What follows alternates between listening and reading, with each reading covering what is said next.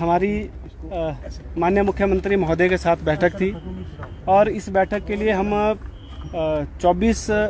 जुलाई से जो है लगातार प्रयास कर रहे थे, जिस दिन हमारी राज्य स्तरीय बैठक हुई थी। और उसके पश्चात जब 15 अगस्त के बाद थोड़ा जब डीए नहीं मिला या इस तरह के अलाउंसेस को लेकर जब बात हुई थी, उसके बाद भी हमने प्रयास किए कि 16 तारीख को भी हमने एक प्रेस नोट आप सबके माध्यम से रिलीज़ किया था और आप सबने उस न्यूज़ को जो है छापा भी था और मीडिया चैनलों में वो बात चली भी थी कि हम लगातार प्रयासरत थे कि कर्मचारी साथियों के जो लंबित मामले हैं, कर्मचारी साथियों की जो समस्या हैं, उनको कम से कम हम सरकार के समक्ष सही तरीके से रख सकें। और जिसके लिए हमने जो प्रयास किए थे, हम धन्यवाद करते हैं मुख्यमंत्री महोदय का और उनके सहयोगियों का, श्री नरेश चौहान जी का, कि आज हम जो है एक बैठक के माध्यम से वो कर्मचारी साथियों के जितनी भी समस्याएं हैं, उन सब समस्याओं को माननीय मुख्यमंत्री महोदय के समक्ष रख सके।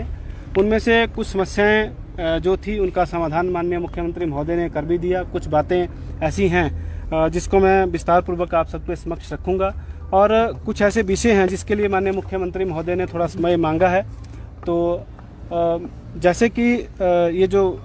मुख्य हमारी मांगे थी, सबसे पहली मांग हमारी हमेशा यही रहती है कि विभागीय जितने भी पद खाली चल रहे हैं उन सब पदों को जो है वो भरा जाए। माननीय मुख्यमंत्री महोदय ने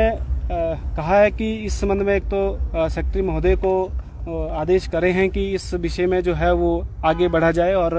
एक प्रपोजल तैयार किया जाए। और हमें भी, महासंघ को भी ये कहा है कि आप भी अपने स्तर पे जो है एक प्रपोजल तैयार करें और 1 महीने के बाद जो हम फिर से बैठक करेंगे और जितने भी खाली पद हैं इन सबको भरने की हम प्रक्रिया, वैसे भी हमारी प्रक्रिया चल रही है, लेकिन इसको हम और तेज करेंगे।